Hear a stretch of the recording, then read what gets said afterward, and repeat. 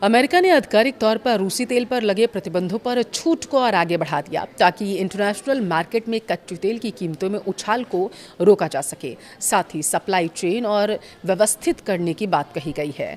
भारत जैसे देशों के लिए जो अपनी ऊर्जा ज़रूरतों के लिए रूस से रियायती दरों पर तेल आयात करते रहते हैं, यह खबर आर्थिक और रणनीतिक रूप से बेहद महत्वपूर्ण है उनके लिए। लेकिन सवाल ये है कि कहीं ये ट्रंप की कोई नई चाल तो नहीं है। चलिए ज़रा इसे विस्तार से इस वीडियो में समझेंगे। नमस्कार, आपके साथ मैं पल्लवी रविंद्र सिंह।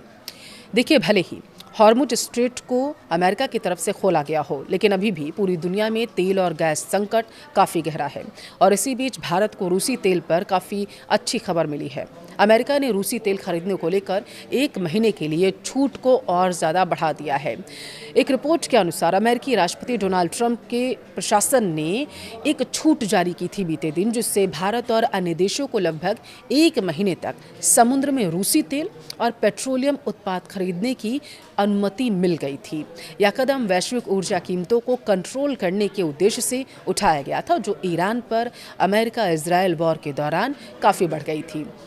देखिए, अमेरिकी ट्रेजरी विभाग ने शुक्रवार देर रात अपनी वेबसाइट पर एक लाइसेंस पोस्ट किया था और इसके तहत देशों को शुक्रवार से लेकर के 16 मई तक जहाज़ों पर लदे रूसी तेल को खरीदने की परमिशन दे दी गई है। यह लाइसेंस प्रशासन के उस प्रयास का हिस्सा माना जा रहा है जिसका मकसद वैश्विक ऊर्जा कीमतों को कंट्रोल करना है। ये कीमतें ईरान पर अमेरिका इजराइल युद्ध के दौरान काफ़ी बढ़ गई हैं। यह लाइसेंस 30 दिवसीय उस छूट की जगह लेता है जो 11 अप्रैल को समाप्त हो गया था। इसमें ईरान, क्यूबा और उत्तर कोरिया से जुड़े लेन देन भी शामिल नहीं हैं।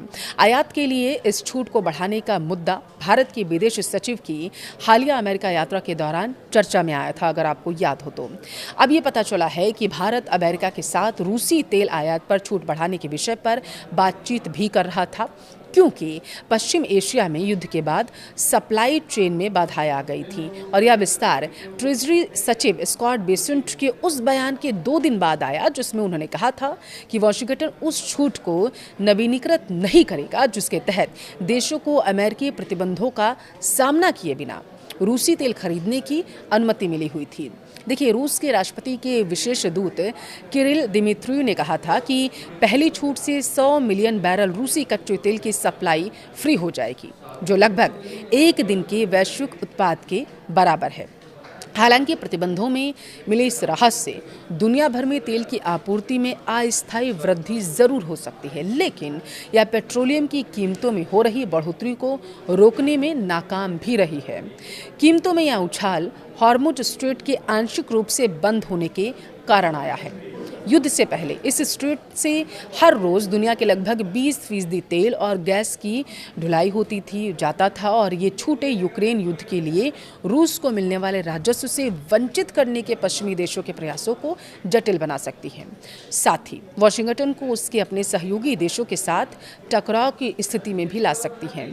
भारत को रूस सप्लाई बढ़ाएगा और इसी बीच नई दिल्ली में रूस के भारत स्थित राजदूत डेनिस अलीपोव ने जो विश्वास है वो जताया है, आश्वासन दिया है कि रूस भारत को ऊर्जा निर्यात बढ़ाएगा। देखिए, जिसमें कच्चा तेल, एलपीजी और एलएनजी शामिल है। अलीपोव के अनुसार उसने भारत को तेल की आपूर्ति में उल्लेखनीय वृद्धि की है और वह भारत की आवश्यकता के अनुसार किसी भी मात्रा में ऊर्जा संसाधनों की आपूर्ति जारी रखने के लिए तैयार है। भारत एक विश्वसनीय भागीदार रहा है। यह एक अकाट्य तथ्य है और पश्चिम के देशों के विपरीत भारत का दृष्टिकोण हमेशा से ही सुसंगत रहा है। मार्च में कितना खरीदा गया है रूस से तेल, आपको जरा सर वो बताएंगे। दरअसल एक यूरोपीय थिंक टैंक के डेटा से पता चला है कि मार्च में रूस से भारत का कच्चा तेल आयात तेजी से बढ़ा है।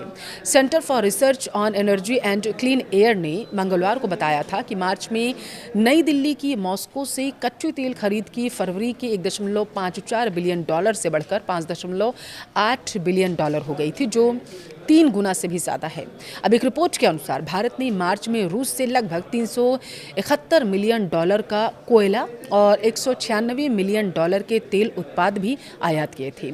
मार्च 2022 से नई दिल्ली रूसी तेल के लिए एक अहम बाजार बनकर उभर कर सामने आया था। 2024 में इसने लगभग 2 मिलियन बैरल प्रतिदिन खरीदा और पिछले साल की बात करें तो मॉस्को से लगभग $44 बिलियन का कच्चा तेल खरीदा गया था।